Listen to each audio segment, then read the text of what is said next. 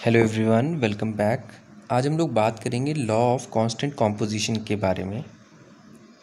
Okay, so class 11th हमारा first chapter चल रहा है। उसमें हमने laws of chemical combination start किया था, law of conservation of mass कर लिया था। आज हम बात करेंगे लॉ ऑफ कांस्टेंट कॉम्पोजिशन, इसी को लॉ ऑफ डेफिनेट प्रोपोर्शन भी बोलते हैं। ठीक है, पहले हम लॉ डिस्कस करेंगे, फिर कुछ एग्जाम्पल्स डिस्कस करेंगे और फिर हम न्यूमेरिकल देखेंगे। कांस्टेंट कॉम्पोजिशन या definite proportion, it was given by J L Proust. आप इसको प्राउस्ट भी बोल सकते हैं, अपनी अपनी प्रोनाउंसिएशन है। ठीक है, सो जे एल प्राउस्ट या जे एल प्रूस्ट इन 1799। ओके, ईयर इतना इंपॉर्टेंट नहीं है बट नेम इंपॉर्टेंट है साइंटिस्ट का।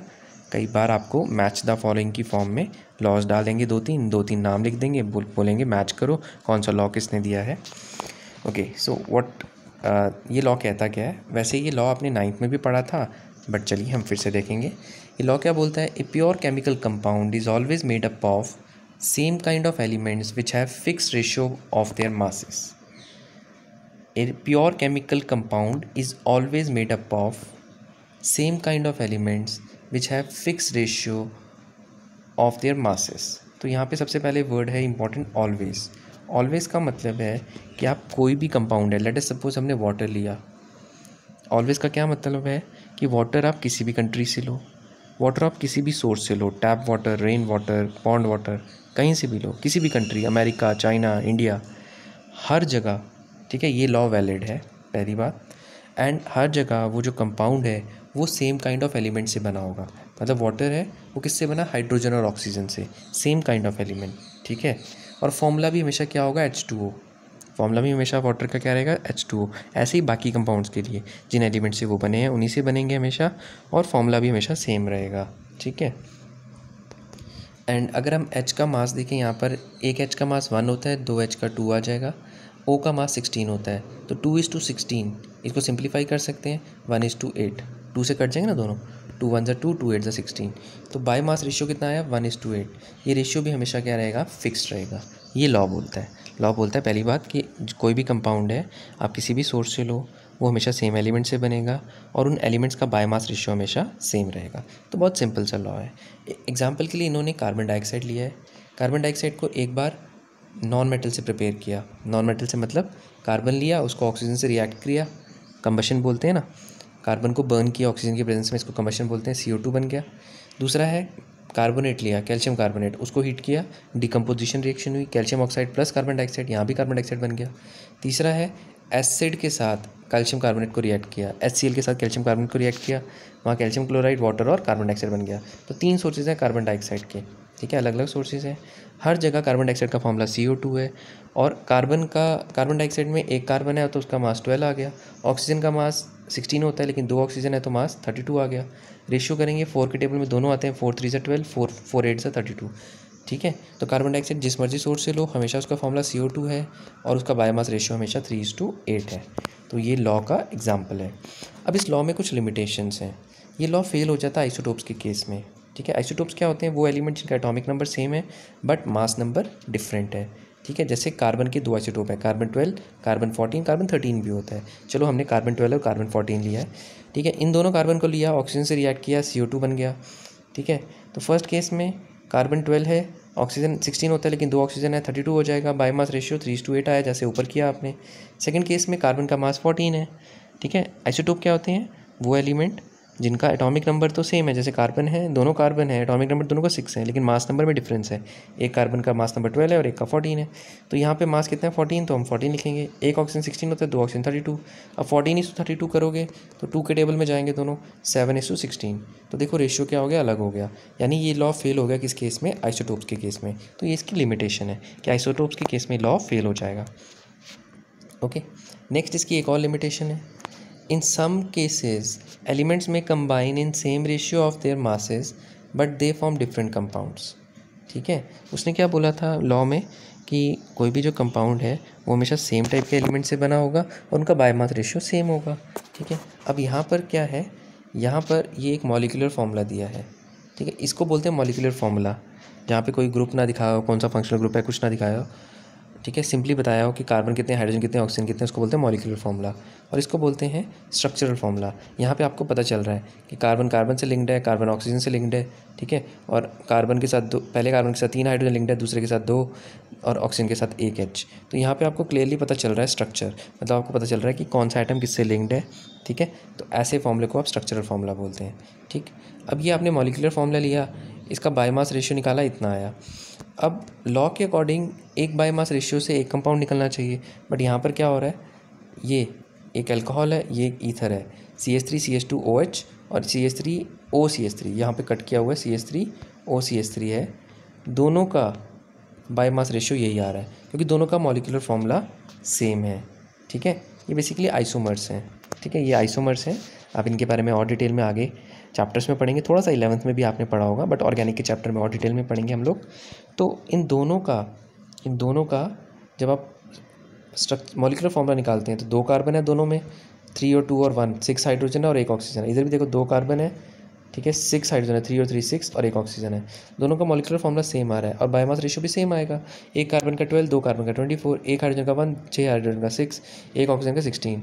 तो दोनों 2 के टेबल में ये कट जाएंगे, 2 12 24, 2 3 6, 2 8 16। तो रेशियो क्या है, 12:3:8। दोनों का रेशियो सेम आ गया क्योंकि दोनों का मॉलिक्यूलर फॉर्मूला ही सेम है। तो ये गलत हो गया, ठीक है। लॉ कहता था कि एक कंपाउंड जो है वो उसका एक फ़िक्स रेशियो आएगा। तो अगर 2 कंपाउंड का सेम रेशियो आ रहा है, इसका मतलब लॉ में कुछ गड़बड़ है, लॉ में लिमिटेशन है। ओके, अब हम न्यूमेरिकल करेंगे, ठीक है, इससे और क्लैरिटी आ जाएगी। न्यूमेरिकल में क्या दिया है, mass of copper oxide obtained by heating 2.16 gram of metallic copper with nitric acid was found to be 2.7 gram, ठीक है। कॉपर ऑक्साइड लिया, उसको किसके साथ हीट किया, copper oxide obtained by heating 2.16 gram of metallic copper लिया, इतना 2.16 ग्राम, उसको नाइट्रिक एसिड के साथ हीट किया तो वहाँ से कॉपर ऑक्साइड बना, ठीक है। और कॉपर ऑक्साइड का मास है 2.7 ग्राम। फिर एक और जगह आपने क्या किया, एक और जगह कॉपर ऑक्साइड प्रिपेयर किया, कैसे, 1.15 ग्राम ऑफ कॉपर ऑक्साइड लिया, प्रिपेयर नहीं किया, 1.15 ग्राम ऑफ कॉपर ऑक्साइड को रिडक्शन की, 0.92 ग्राम कॉपर निकला वहाँ से, ठीक है। मतलब 2 आपने रिएक्शंस करवाई। एक रिएक्शन में आपने कॉपर को ट्रीट किया नाइट्रिक ऑक्साइड से और कॉपर ऑक्साइड बनाया, ठीक है। कॉपर का मास 2.16 और कॉपर ऑक्साइड का 2.7 ग्राम।